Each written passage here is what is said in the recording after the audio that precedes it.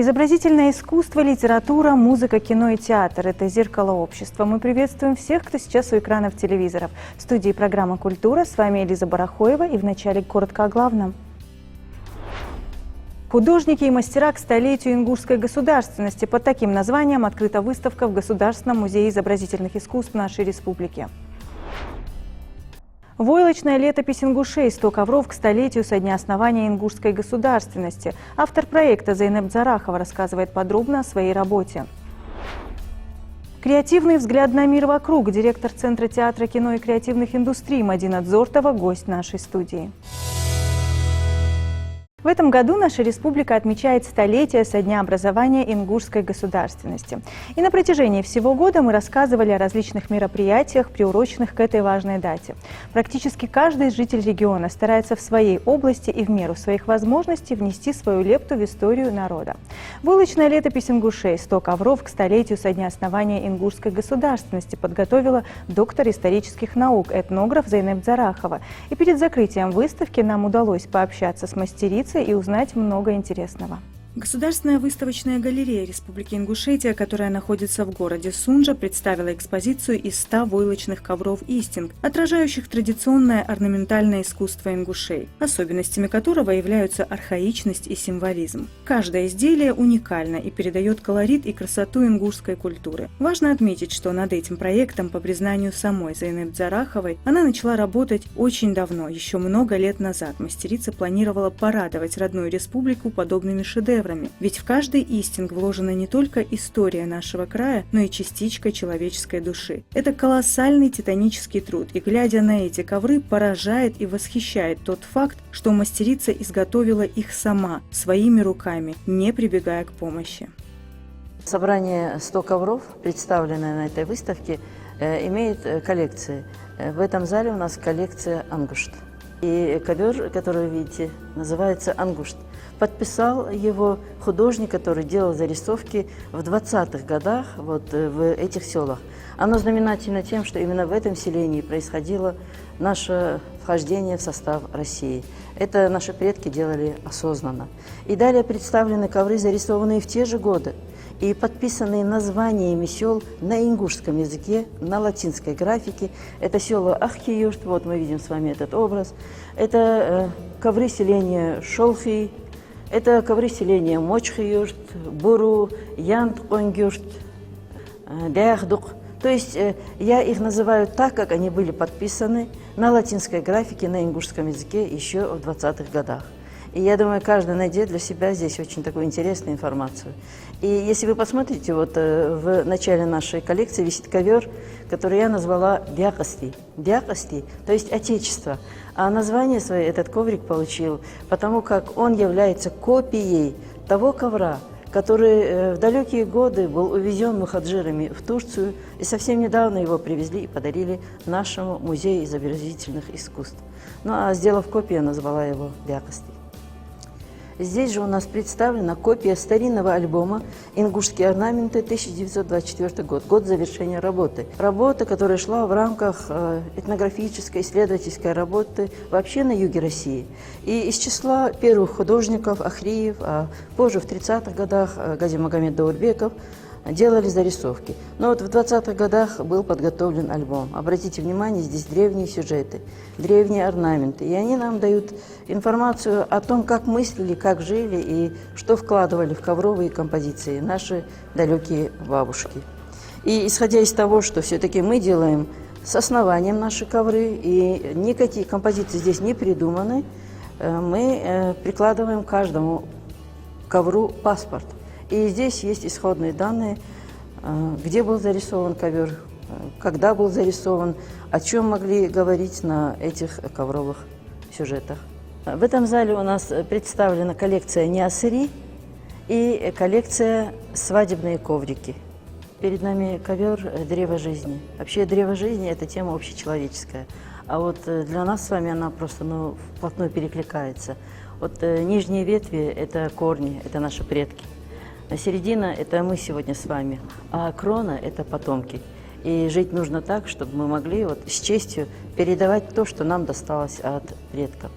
И что интересно, тема древа жизни, она пропитана вообще традиционной культурой. И в свадебной обрядности и нашего народа, и многих народов мы видим тему древа. Так вот, когда засватанной девушке дарили ценный подарок, это выглядело в образе маленького деревца. И это деревце наряжали различными сувенирами, украшали. И вот этот подарок, накрытый вуалью, везли и дарили засватанной. И ту вуаль, которым было покрыто вот это деревце, в день свадьбы могли накинуть на невесту. И она вот в этом свадебном наряде с вуалью, которая покрывала древо, приходила в новый дом. А в новом доме ее снова встречали ковриком, войлоком, потому как контакт с шерстью, из бараньей шерсти, все, что не делалось, считалось очень благодатным, благородным и оберегающим. И сегодня мы с вами продолжаем встречать нашу невесту у порога войлочным ковром. Приятно, что все сегодня делают акцент на то, чтобы коврик был из села, из фамилии, то есть близок к их родству и имел отношение к свадебной обрядности конкретной фамилии. В этом зале перед нами ковры Ниасыр-вокзал. Вот они так и подписаны. Что мы видим здесь? И это образы, которые были ценны и почитаемы. Мы знаем, что образ акации был почитаемым, да? Вот таким образом художник передал, как мастерицы перекладывали это на полотна. Или вот волна показывает образ реки. По обе стороны были реки, которые также нашли отражение в композиции ковра.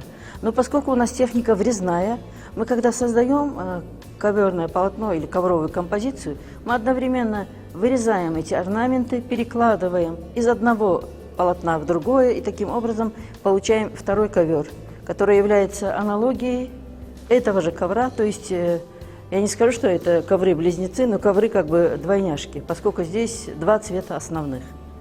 Но тем самым ковры вызывают интерес, что они сохранили и названия свои, и в некоторой степени описывали то пространство, где жила мастерица, которая создавала этот ковер. В этом зале у нас представлены ковры, сделанные по фотографиям старинным. Сначала я реконструировала, это уже исследовательское направление, а потом уже создавала эти ковры. И мне так приятно было, что вот в день открытия выставки пришли потомки, пришли внуки, те, которые на фотографиях еще дети, а сегодня уже пожилые люди. И фотографии, и ковры, они просто радовали их вместе с нами. Вот первая фотография перед нами семьи Баракеевых. На заднем фоне мы видим ковер. И видим вот ребенка, которая сегодня является взрослой, уважаемой женщиной, Лейлой Льяновой. Она приходила и у ковра, который мы воссоздали, сделала с нами фотографию и была благодарна. Вот ковер средний, мы видим ковер, который просто был выкинут на забор, ну, вот, сушили, обрабатывали. И как-то помню, был такой у нас уважаемый краевед Аушев Муса. Я его спросила: а что ты видишь на ковре, Муса? И он сказал: «Би ими инги когошпи». Динула. То есть упрись в 4 стороны ногами, но никогда не падай духом. И я в память о нем назвала ковер Динул. Вот он, ковер Динул один, есть второй ковер. И вот фотография семьи Чичуева Магомеда. На заднем фоне мы видим ковер. Ковер, который я реконструировала, создала композицию и изготовила его. И тоже консультировалась с детьми и потомками, какие цвета были на том ковре. То есть сочетание цветовое тоже постаралась передать в том виде, в каком были те ковры. Здесь у нас представлена коллекция ковров Луами. Луами, то есть ковры, зарисованные в Джайрахском ущелье во время экспедиции в 20-х годах 20 века. А вообще я вам скажу, здесь в целом представлены ковры, которые были зарисованы художниками и исследователями 20-го столетия. Вот на протяжении всего этого времени, то в рамках работы экспедиции, то просто в рамках работы художников делались зарисовки в 20-х, в 30-х, в 50-х годах и после возвращения из депортации. И сегодня собрание 100 ковров показывает нам всю ту работу, которую проделали на протяжении столетия. Здесь мы видим ковры Горной Ингушетии. Это ковер Барах. Здесь мы видим и характер, и видим рог изобилия. Видим ковер Джайрах. Обратите внимание, здесь мы видим образ оленя. Это через рогообразное такое представление. А мы знаем, что в прошлом именно в Джайрахе была найдена статуэтка, представленная вот этими оленями рогами. То есть здесь целая тема такая интересная. И образ Фолхан из горной Ингушетии, и тоже очень интересные такие, видите, сюжеты. Когда-то говорили, четырехрогий баран является очень таким успешным. Здесь и образ Тура, то есть характер, описание и жизнь, но просто вкраплениями дает о себе знать. Здесь у нас представлены ковры из селения Фурток, ковер Ахриевых. Я его воссоздала, реконструировала по маленькой части ковра, которая сохраняется в Фуртокском музее. Оказалась очень интересная история этого ковра. Вот ко мне в прошлом году приезжала внучка Ахриева Хажар и рассказала о том, что ковер этот, вот аналогичный, создавала некогда Каби хан Ахриева. Она была женой генерала Мальсагова Сафарбека и была очень такой сильной женщиной. Она сделала 2 ковра, подарила отцу и дяде. И после возвращения из депортации вот оставшуюся часть ковра потомки Ахриевы Ахмед, Магомед отнесли и сдали в Фуртокский музей. Поэтому ковер мне очень дорог. А вот ковер из селения Лейми. В 30-х годах исследователь Виноградова сделала зарисовку и сохранила композицию этого ковра в своем архиве. И сегодня в центральных музеях страны мы имеем эти композиции.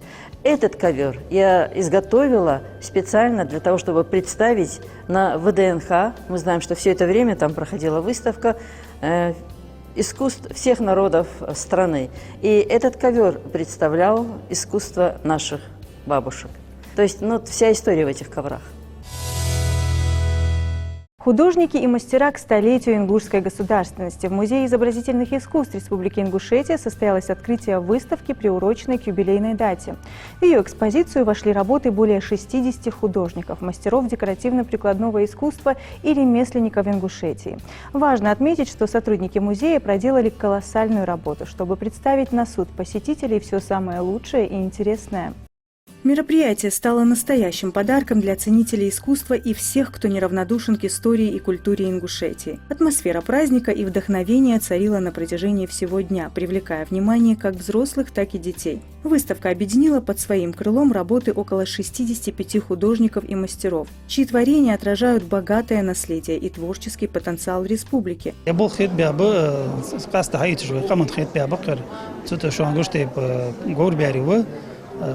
كورت مقلق أصلا تدعوقر إلوامية شو نقولش تبغى جاك صوت لام جدة تبيقم لام شو دياخات خل دياخات هت سخلنا حارد يعني بتشاقي حياة. Конечно, я смотрю и думаю, что мне еще многому нужно учиться, что мне есть куда стремиться,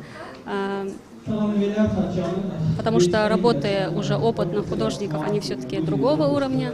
Очень красивые работы, очень красивые декоративные изделия, ковры, статуэтки различные. Живопись, графика, скульптура, декоративно-прикладное искусство. Каждое направление представлено в экспозиции ярко и самобытно. Поздравить мастеров с открытием выставки и насладиться искусством пришли видные деятели культуры, представители правительства, общественные деятели, а также все желающие прикоснуться к прекрасному. Открывая выставку, поприветствовав гостей и участников мероприятия, директор музея Любовь Тумгоева подчеркнула, что республика отмечает в этом году столетие со дня образования ингушской государственности, но ингушский народ – это народ с многовековой историей и культурой. Сегодня ингушская культура продолжает развиваться благодаря стараниям художников, музыкантов, писателей и других деятелей искусства, которые вносят свой вклад в ее процветание. Творение наших художников, творение наших мастеров, они говорят о том, что вот эта самобытность, она проявляется так или иначе. В экспозицию выставки вошли работы 65 художников, мастеров декоративно-прикладного искусства и ремесленников. В каждой из этих работ отражены чувства авторов, историческая память, воспоминания и то, через какой путь прошел ингушский народ за минувшие 100 лет. Во всех работах, представленных на выставке, полное и грамотное информационное наполнение, оригинальность исполнения и подачи, художественная ценность, эстетическая ценность, актуальность и современность, отметила куратор выставки, главный научный сотрудник музея Тамуся Актаева. Муфталиева. Конечно, радует, что так активно участвуют наши творческие деятели в этом мероприятии. Здесь очень много живописных полотен. На этих картинах мы можем увидеть и натюрморты, пейзажи.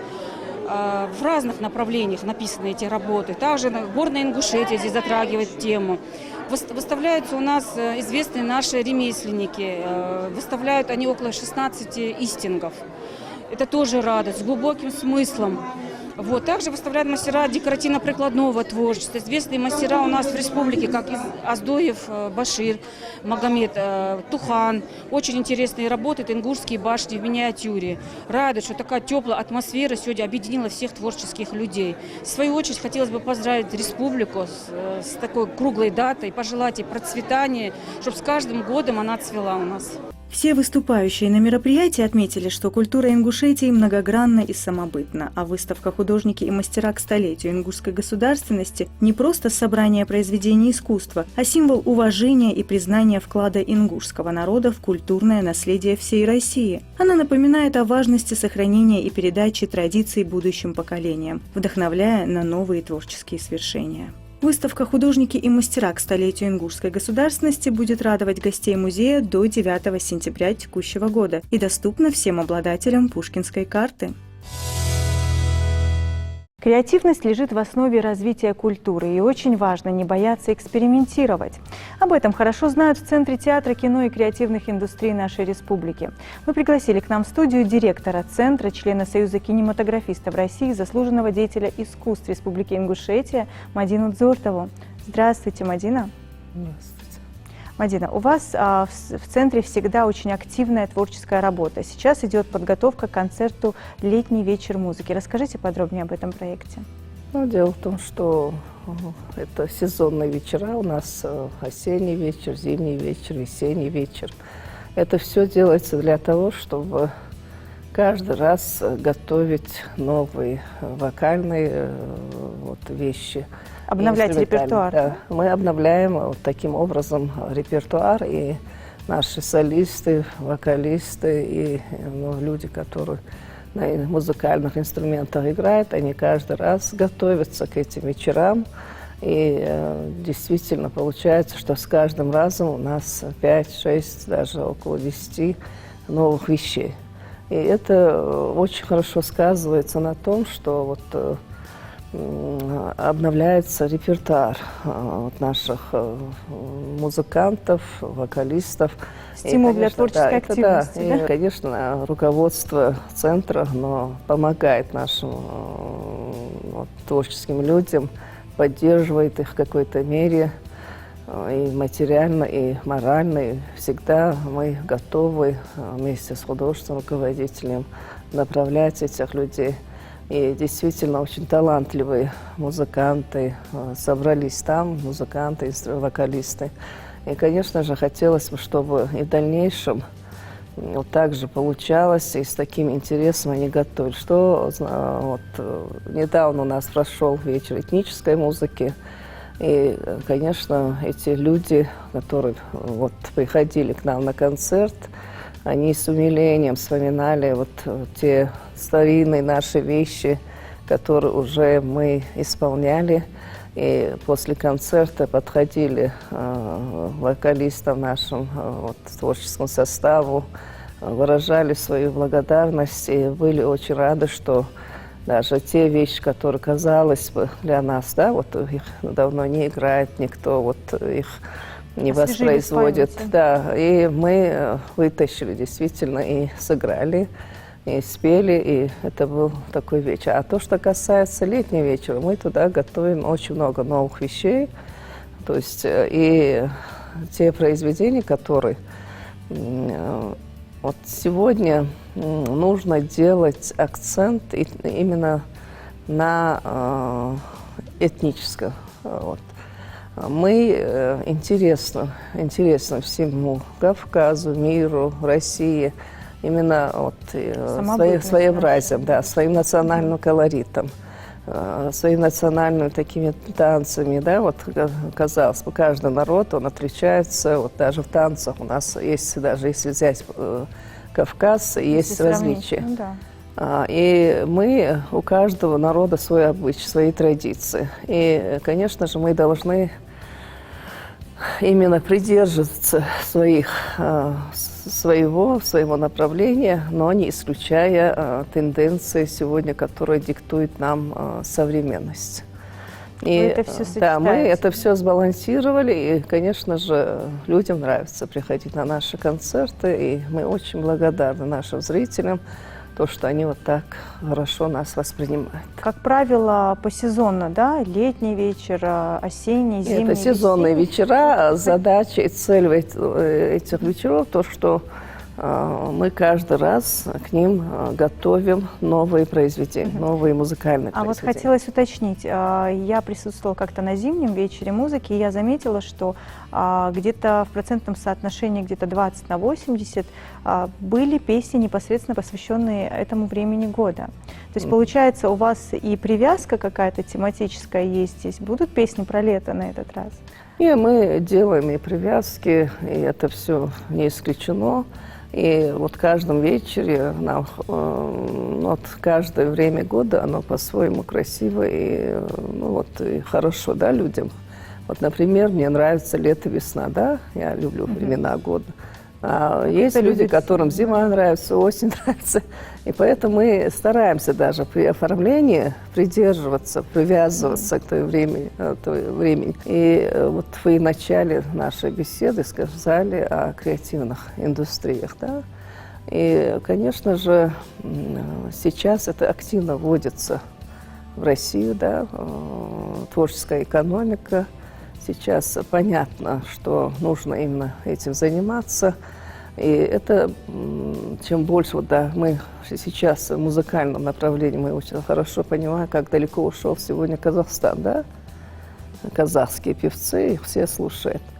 В кинематографическом направлении это Турция. Весь мир смотрит их фильмы. И такие же задачи сегодня стоят и сегодня перед нашей страной. Так наши амбиции, получается, Да. гораздо выше. И у каждого региона есть точки притяжения, да, вот, казалось бы, да, вот Кабардино-Балкария, это Эльбрус, да, при Эльбрусе, Эльбрус, вот, и дальше. А Ингушетия? Ингушетия – это все-таки башни, таких башен нету нигде, и наши красивые горы. Вот я была во многих местах, вот, где горная местность, но таких красивых гор, как в Ингушетии, я нигде не видела. И часто всю эту красоту вы используете непосредственно на площадках при оформлении, либо это транслируется на экран? Что все культурные учреждения используют, потому что все-таки Кавказ, он очень кинематографичен. Вот даже мы недавно ездили съемочной группой, ну, там несколько человек, выезжали в горную Ингушетию, и продюсер, который рядом со мной сидела, она вот на протяжении всей нашей дороги, у нас, как у режиссеров, у нас такой творческий взгляд, мы всегда смотрим, где можно какую сцену снять. И каждый раз вот она в разные стороны смотрит и говорит, здесь вот это можно снять, здесь вот уже у нее план вырабатывать, понимаете? И поэтому я думаю, что вот все, что наш ресурс, туристический ресурс наш, сейчас большое внимание и уделяет туристической привлекательности региона. Я думаю, что это все надо в полную меру использовать. И сегодня очень много делается и руководством республики в этом направлении. Я думаю, что нужно. Чем больше мы рассказываем о себе, тем больше мы привлекаем к себе внимание и интерес. Есть информация о том, что в нашей республике будут снимать известный российский сериал, в котором непосредственно вы принимаете активное участие. Ну, конечно, да, это, если знаете, вот на федеральных каналах идет сериал «Наш спецназ». И чтобы нашим зрителям было понятно, что за группа к нам приехала, я скажу, какие фильмы они сняли. Это «Улица разбитых фонарей», мы все смотрели. «Шеф возвращения», «Архитекторы». Ну, вот эти фильмы, которые Многие у нас смотрят эти сериалы.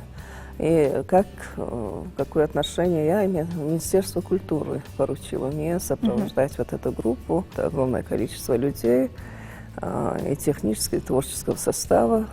Там видны наши актеры, которые вот на первом плане у нас снимаются во всех федеральных каналах.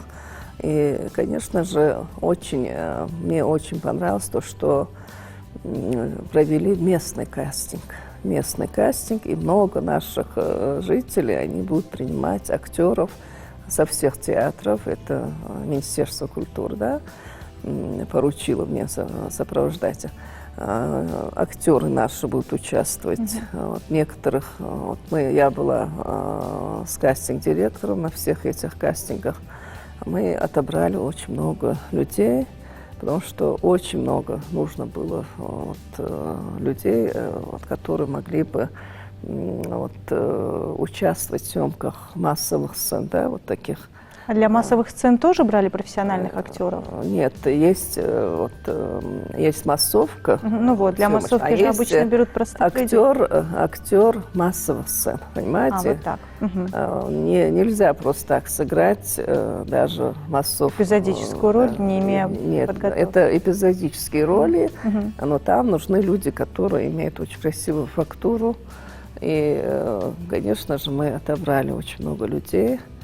То есть компания отобрала очень много местных наших людей. Сериал называется «Спецназ», верно? Наш спецназ. Он идет на 5 канале, я точно знаю. И сейчас вот 4 серии будут сниматься здесь. И я очень рада этому, потому что это все ведет к тому. 2 серии в Магасе будут сниматься, 2 серии в Горной Ингушетии. И это уже вот на всю страну покажет наш регион, наших актеров. Также обмен опытом полезным. Да, и нашу жемчужину Горной Ингушетии. Мадина, спасибо вам огромное за интересную информацию, которую сегодня нам предоставили. Мы желаем вам творческих успехов. Пользуясь тем, что я сейчас нахожусь здесь, я хочу вас поблагодарить за то, что пригласили. И поздравить наших жителей. Вот в ближайшие дни у нас дата очень знаменательная. Это 100 лет мы отмечаем ингушской государственности. Хочу всем нам пожелать мира, процветания, благополучия, чтобы наша республика вот так же развивалась и шла вперед. Баркал амин. Ну а мы напоминаем, что у нас в студии была Мадина Дзортова, член Союза кинематографистов России, заслуженный деятель искусств Республики Ингушетия. Программа «Культура» прощается с вами ровно на неделю. До новых встреч! В мемориальном комплексе жертвам репрессий начала свою работу видеовыставка «Великие семейные династии», посвященная Году семьи. Экспозиция призвана продемонстрировать преемственность поколений, служение профессии, делу и родной земле. На выставке представлены фотографии и статьи, рассказывающие о трудовых династиях, о добросовестном и ответственном отношении к работе, верности избранной профессии, о передаче профессиональных традиций, семейном отдыхе, творческих увлечениях членов династии. Среди них можно увидеть семьи Мальсаговых, Костоевых, Полонкоевых и многих других. Действует федеральная программа «Пушкинская карта». Министерство культуры Российской Федерации поддержало инициативу о введении дресс-кода для артистов на концертах. Об этом в своем телеграм-канале заявила депутат Государственной Думы Ирина Филатова. Министр культуры России Ольга Любимова, в свою очередь, подчеркнула, что одежда артистов для выступления является важной частью образа и играет ключевую роль в создании имиджа мероприятия. В итоге Министерство культуры Российской Федерации направило региональным властям в сфере культуры рекомендации к внешнему виду артистов. Кроме того, при необходимости дополнительной проработки будут организованы консультации, и каждый случай будет рассмотрен в отдельности с учетом менталитета и местных традиций. На этом наша программа подошла к концу. Следите за нашим эфиром и не переключайтесь. До новых встреч на телеканале Магаз.